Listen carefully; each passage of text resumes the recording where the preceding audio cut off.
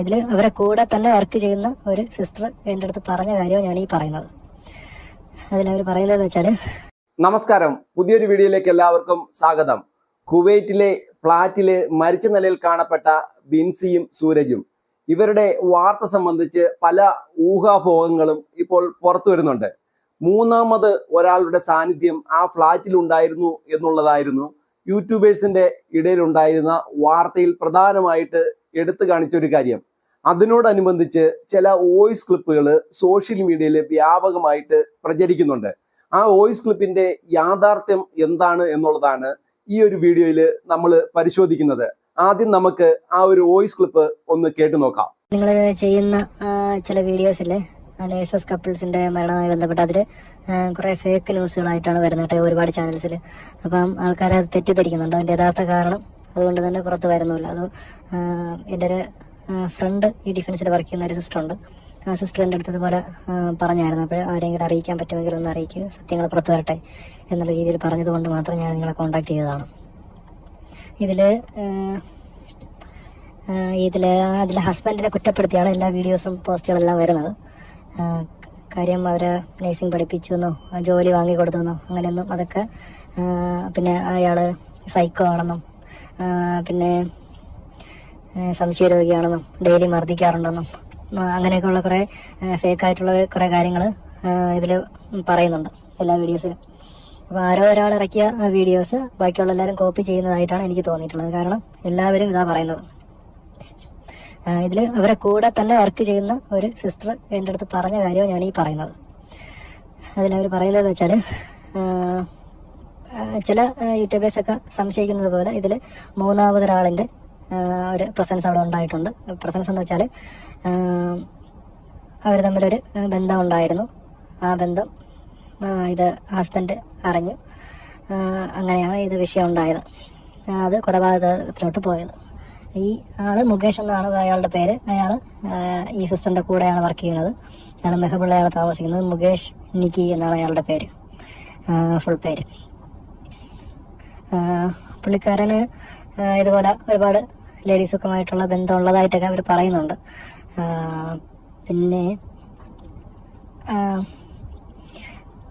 ഇയാളുടെ പേരും പറഞ്ഞ് പലതവണയും ഇവരെ വീട്ടിൽ വിഷയമുള്ളതായിട്ടുള്ളതും, പല പ്രാവശ്യം വാൺ ചെയ്തിട്ടും ഇയാൾ വീണ്ടും അവരുടെ അടുത്ത് ഈ റിലേഷൻ വെച്ച് വരുന്നതായിരുന്നു. അത് കഴിഞ്ഞിട്ട് ലാസ്റ്റ് എയർപോർട്ടിൽ നിന്ന് ഇവരെ ലീവ് കഴിഞ്ഞ് വന്നപ്പോൾ എയർപോർട്ടിൽ നിന്ന് പുള്ളിക്കാരൻ ഇവരൊറ്റയ്ക്ക് വന്ന നാട്ടിൽ നിന്ന് പുള്ളിക്കാരൻ അവരെ അവിടെ വന്ന് പിക്ക് ചെയ്ത് ഇവരെ ഫ്ലാറ്റിലോട്ടൊക്കെ അങ്ങോട്ടും ഇങ്ങോട്ടും ഒക്കെ പോയിട്ടുള്ളതായിട്ടൊക്കെ ഉള്ള തെളിവുകൾ മറ്റു പുള്ളിക്ക് കിട്ടിയത് കൊണ്ടാണ് ഈ കൊലപാതകത്തിലോട്ട് കലാശിച്ചത്. പിന്നെ ഇതില് പുള്ളിക്കാരൻ ഇത് മർഡർ ചെയ്തതിന് ശേഷം ഫോട്ടോ എടുത്ത് ഈ മുകേഷിന് അയച്ചു കൊടുത്തിട്ട് നിന്നെയും കൊല്ലുമെന്ന് പറഞ്ഞായിരുന്നു. പുള്ളിക്കാരൻ അവിടെ നിന്ന് അപ്പോൾ റൂമിൽ നിന്നൊക്കെ ഇറങ്ങി ഓടിയതോ ഫ്രണ്ടിന്റെ റൂമിലൊക്കെ പോയിരുന്നു. അങ്ങനെ റൂമിലിരുന്ന് ഇയാളും മരിച്ചു എന്ന് കൺഫേം ആയതിനു ശേഷമാണ് പിന്നെ അയാൾ ഡ്യൂട്ടിക്ക് വന്നതെന്നാണ് ആ സിസ്റ്റർ എൻ്റെ അടുത്ത് പറഞ്ഞത്. അത് പോയിട്ട് പല പ്രാവശ്യവും ഈ റിലേഷൻ അറിഞ്ഞിട്ട് ഈ സൂരജ് ഈ സിസ്റ്ററിനെ വിലക്കിയിട്ടുണ്ടായിരുന്നത്. അന്നൊക്കെ ഈ സംഭവങ്ങളൊക്കെ ഈ മൊബൈൽ കോൾ വരുന്നത്, വീഡിയോ കോൾ വരുന്നത്, മെസ്സേജുകളെല്ലാം കണ്ടിട്ട് അവരെ മർദ്ദിക്കുകയുണ്ടായി. അതിനുശേഷവും ഇയാൾ ആ പരിപാടി നിർത്താതെ വീണ്ടും ഇവരുടെ പുറകെ നടന്ന് അവരെ വീണ്ടും അതിലോട്ട് വലിച്ചയച്ച് ഒരു വലിയൊരു ദുരന്തത്തിലോട്ട് അവരെ കൊണ്ടെത്തിച്ചത് ഈ പുള്ളിയാണ് എന്നാണ് അവിടെ എല്ലാവരും പറയുന്നത്. അപ്പോൾ ദയവേത് ഇതിൻ്റെ സത്യാവസ്ഥകൾ മനസ്സിലാക്കിയിട്ട് സംസാരിക്കാൻ ശ്രമിക്കുക. മരിച്ചുപോയ ഒരാളാണെങ്കിലും അയാൾ ചെയ്തത് തെറ്റാണെങ്കിലും അയാളുടെ ഭാഗം മാത്രം, അയാൾക്കും ഒരു കുടുംബം ഉണ്ടാവും. അയാളെ എല്ലാവരും ചേർന്ന് ഭ്രാന്തനാക്കി, സൈക്കാട്രിക് പേഷ്യൻ്റാക്കി, സംശയരോഗിയാക്കി, കൊലപാതകയാക്കി, എല്ലാമാക്കി. ഇനിയെങ്കിലും മരിച്ചു കഴിഞ്ഞല്ലോ, സത്യങ്ങളെങ്കിൽ ഇനിയെങ്കിലും അയാൾ ജീവിച്ചിരുന്നപ്പോൾ ഈ മുകേഷ് ആ പ്രശ്നത്തിന് അതിനെ പല പ്രാവശ്യം സോൾവ് ചെയ്തിട്ട് ഇയാൾ നിർത്തിയിരുന്നെങ്കിൽ ആ പുള്ളിക്കാരിയും ഇപ്പോഴും ജീവിച്ചിരിക്കുമായിരുന്നു. അപ്പോൾ അതിനൊന്നും നമുക്ക് ആർക്കും അത് ഒന്നും ചെയ്യാൻ പറ്റില്ല. പുള്ളി മരിച്ചതിന് ശേഷം വീണ്ടും കൊലപാതകം ചെയ്തിട്ടുണ്ടെങ്കിലും നമ്മൾ അതിനെ ഇനിയെങ്കിലും അതിന്റെ സത്യം മനസ്സിലാക്കണമെന്ന് ഒരിതുണ്ട്. പ്രിയപ്പെട്ട പ്രേക്ഷകരെ, നിങ്ങൾ ഈ വോയിസ് ക്ലിപ്പ് കേട്ടല്ലോ. ഈ വോയിസ് ക്ലിപ്പിൽ എന്തെങ്കിലും യാഥാർത്ഥ്യമുള്ളതായിട്ട് നിങ്ങൾക്ക് തോന്നുന്നുണ്ടോ? ഒരു സ്പീഡാക്കി പറയുന്ന ഒരു വോയിസ് ക്ലിപ്പായിട്ടാണ് എനിക്ക് തോന്നിയത്. അപ്പോൾ ഈ ഒരു കൊലപാതകം സംബന്ധിച്ച്, അതായത് ഈ സൂരജും ബിൻസിയും ഫ്ളാറ്റിൽ മരിച്ച നിലയിൽ കണ്ടെത്തിയതാണ്. രണ്ടുപേരുടെയും കയ്യിൽ കത്തികൾ ഉണ്ടായിരുന്നു. അപ്പോൾ ഈ ബിൻസിയെ ഈ സൂരജ് കൊലപ്പെടുത്തിയതിനു ശേഷം ഈ സൂരജ് ആത്മഹത്യ ചെയ്തു എന്നുള്ളതാണ് കുവൈറ്റി പോലീസ് നൽകുന്ന വിവരം. നമ്മുടെ കേരള പോലീസിന് കണക്കല്ല കുവൈറ്റിലെ പോലീസ്. ഞാൻ എൻ്റെ 1-2 സുഹൃത്തുക്കളെ, അതായത് കുവൈറ്റിലുള്ള 1-2 സുഹൃത്തുക്കളെ വിളിച്ച് കാര്യങ്ങൾ അന്വേഷിക്കുന്ന സമയത്ത് അവർ പറയുന്ന ഒരു കാര്യം എന്ന് പറഞ്ഞാൽ ഈ കൊലപാതകത്തിന്റെ യഥാർത്ഥ കാരണമൊക്കെ അവിടെ വിശദമായിട്ട് പരിശോധിക്കുന്നുണ്ട്. അപ്പോൾ സോഷ്യൽ മീഡിയയിൽ ഈ ബിൻസിക്ക് ഒരു കാമുകൻ ഉണ്ടായിരുന്നു. ആ കാമുകന്റെ പേര് മുകേഷ് എന്നാണ്. അപ്പോൾ ആ കാമുകനുമായി ബന്ധപ്പെട്ട് ഭാര്യ ഭർത്താക്കന്മാരുടെ ഇടയിൽ വലിയ തർക്കങ്ങൾ ഉണ്ടായി.